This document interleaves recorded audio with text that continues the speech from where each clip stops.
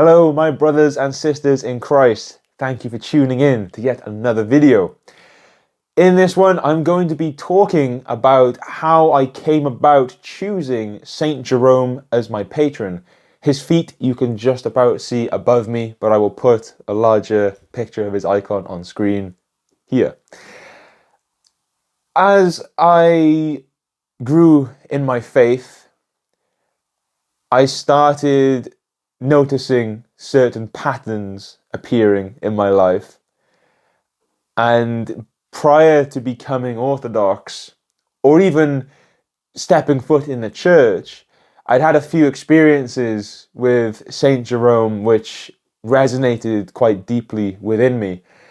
And I also want to make this video because of the recent success I had in terms of the convert video and the spiritual struggles. Thank you all for your support on that. It's my most viewed video.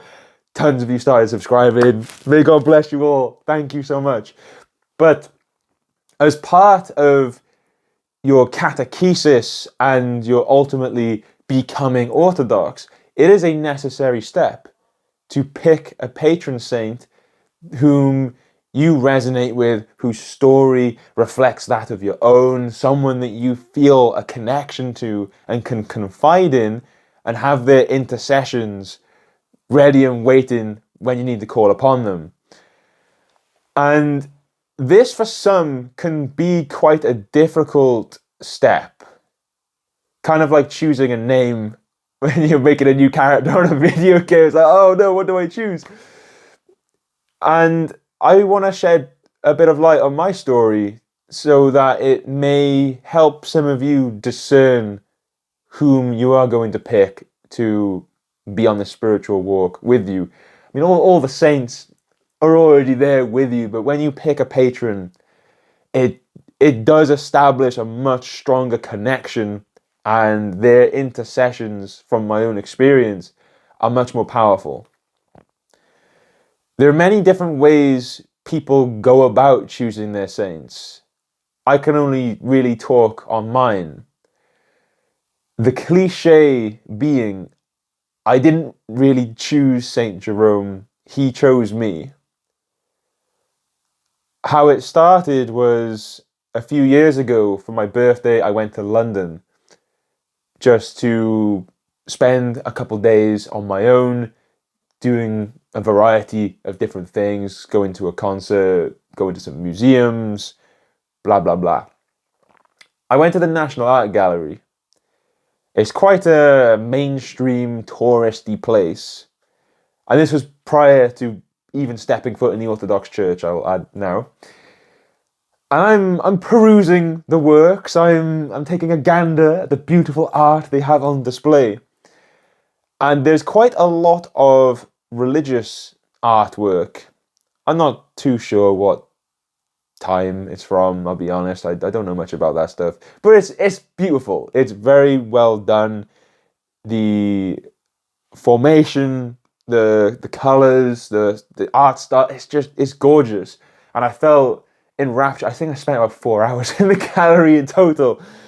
But where it all began was that I kept seeing pictures of this rather ominous character, and he was always in the periphery or in the background, but he was being depicted with Jesus and Mary and other prolific religious characters, we'll say.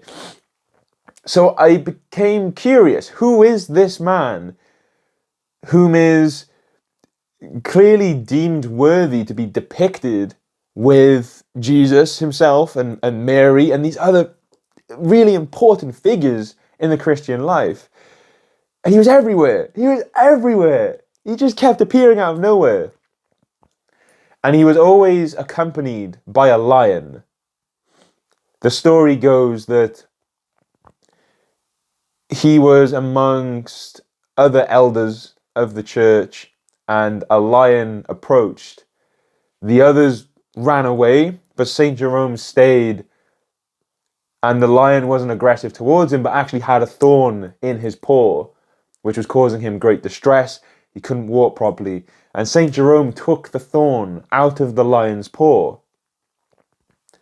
thus healing it from its wound and then establishing a connection. I'm not too sure if you can maybe just about make the paw of the lion out in the icon, but once again, I'll put it on the screen. But the reason why that stood out to me was because at around this time, I had my spiritual awakening.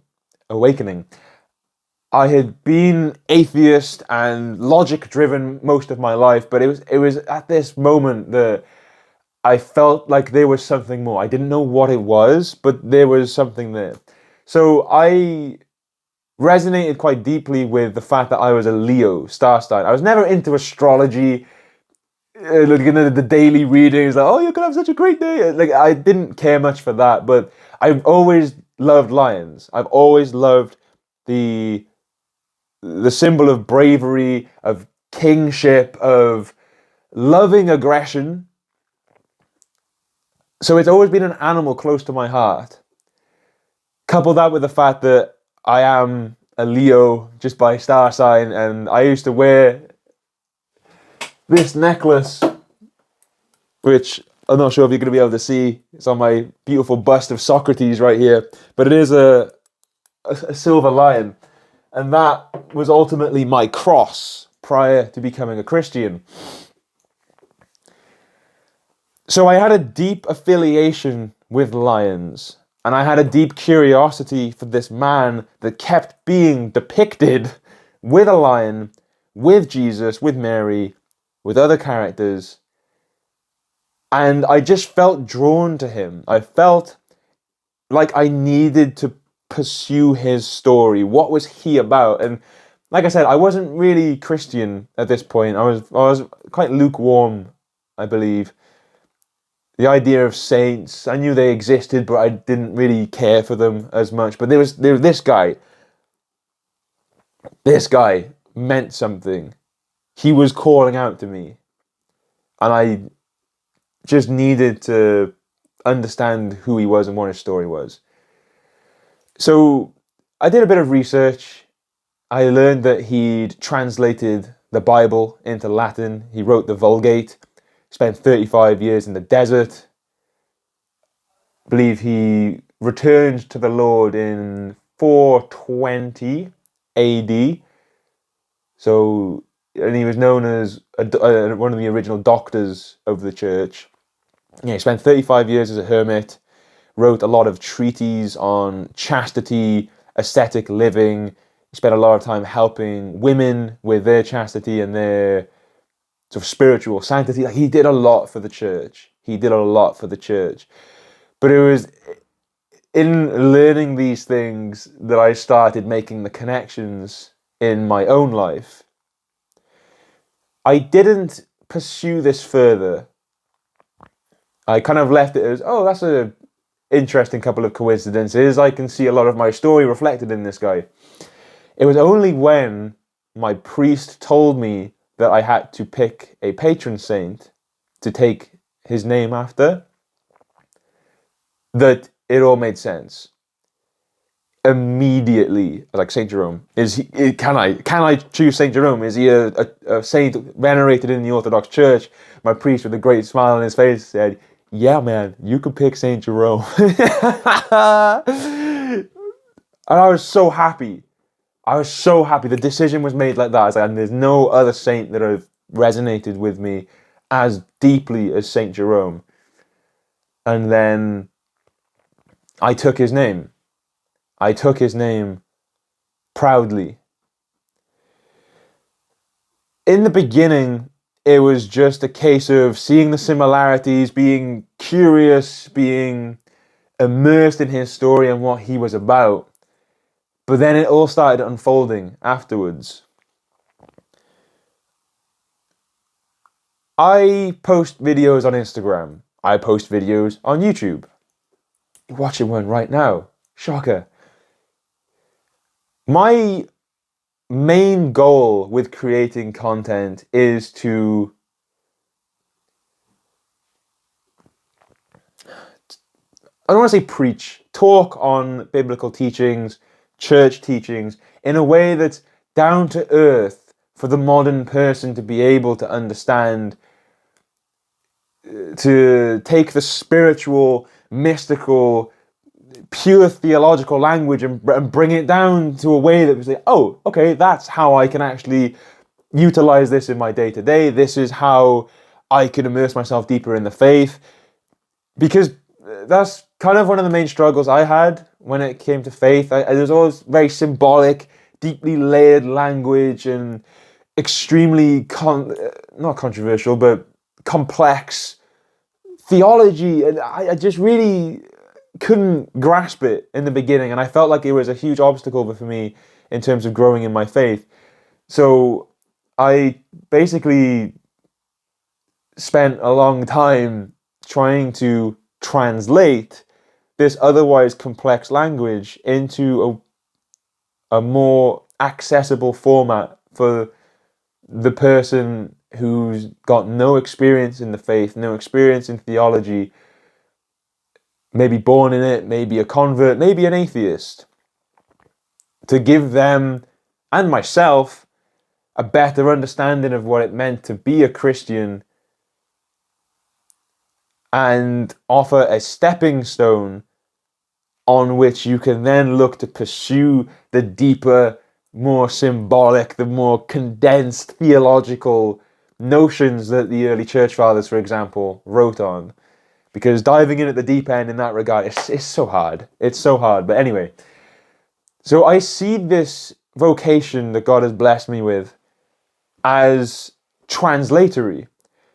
Potentially not between different languages, but contextually and thematically, I would say translation is a great word to describe. I'm translating from the deep, symbolic, spiritual into a more accessible, down-to-earth, practical set of tenets and notions for one to take on board for themselves and partake in the spiritual life.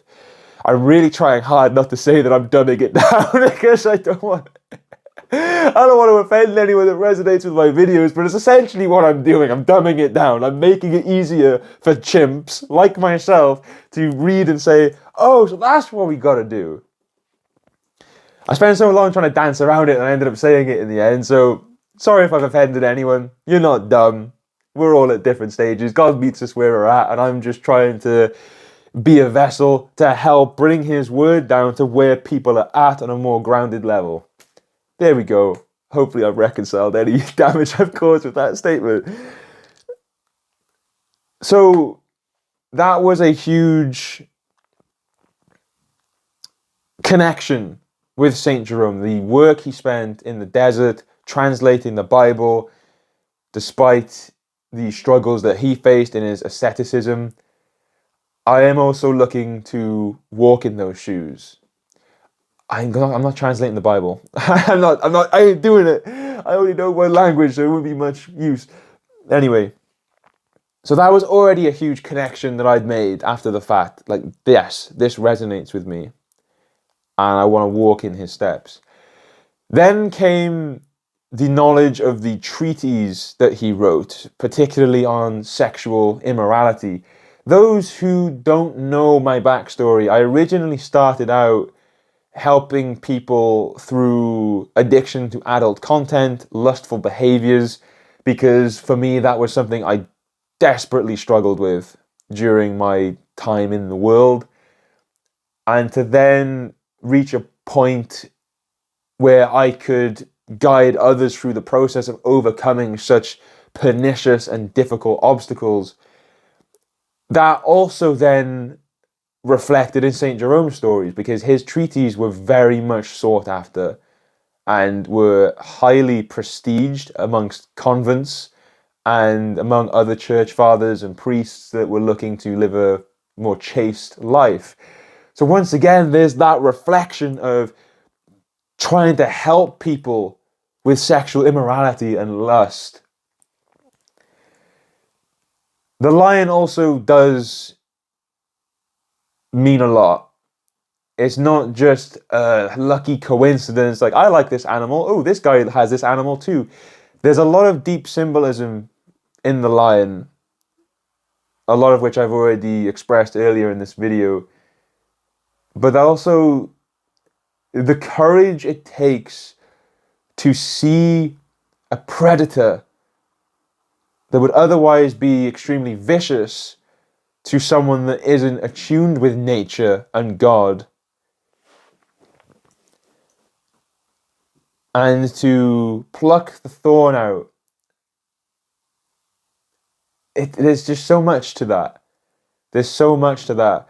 I kind of saw it akin to the inner lion that I have within myself that I have always been apprehensive to engage with due to many things that I've experienced in the past. But there's been a large part of my aggression, my leadership, my overall masculinity that has been out of touch. And I see that as a rekindling of something that I once thought was scary, but actually will serve me greatly. And I'm very grateful to God that He showed me this and how to do this.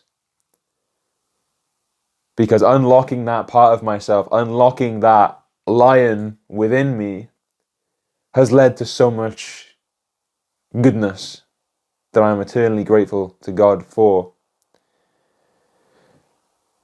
Those are the main parts. Those are the main things. There are also a few sort of more trivial things. Like, he used to write a lot of polemics against people that were spouting heresies, and he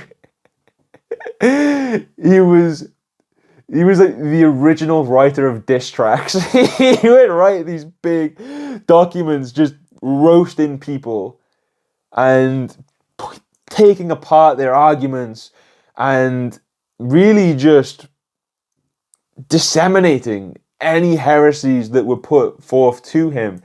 And people were just desperate to get their hands on them. They loved to read the works of this man that had such a way with his tongue that he would just completely destroy any opponent in any form of argument or theological dispute. So that's something I just found funny, and just I couldn't imagine. I've read a few of them, and they're great. They're really great. But ultimately, oh, one more thing: the ascetic life. The ascetic life is something that has always stood out to me. I don't want to be a monk. I don't believe God wants me to be a monk either. Feel free to let me know otherwise. But asceticism means a lot to me. And be careful not to talk too much on this, because I don't want to be seen as, oh, look how ascetic I am. Oh, I'm so humble. But the fasting, the chastity, stillness, prayer, these things mean a lot to me. And they're not just actions I perform because I'm part of the church. They are means of worship that establish a very strong connection between God and myself. And once again, this is something that St Jerome wrote extensively about, instructing people on how to do this for themselves, which once again are amazing reads, especially in combination with works of the other church fathers, especially those in the Philokalia, for example. So all these things, I felt like I was already in the process of becoming, or at least, well, not becoming the things, but becoming in tune with the things and participating in them and enacting them for myself. And then this opportunity arises to align myself spiritually with a saint that's already encapsulated my vocation and set a saintly example of how one can become that. So that's how I picked St. Jerome. But as I said earlier, he'd already been calling me long before I even knew what the Orthodox Church was. And I want to add in the end here that you're not always going to have such a deep, profound story of revelation tales of how your saint appeared to you. Like, everyone's different. Everyone has these things revealed to them.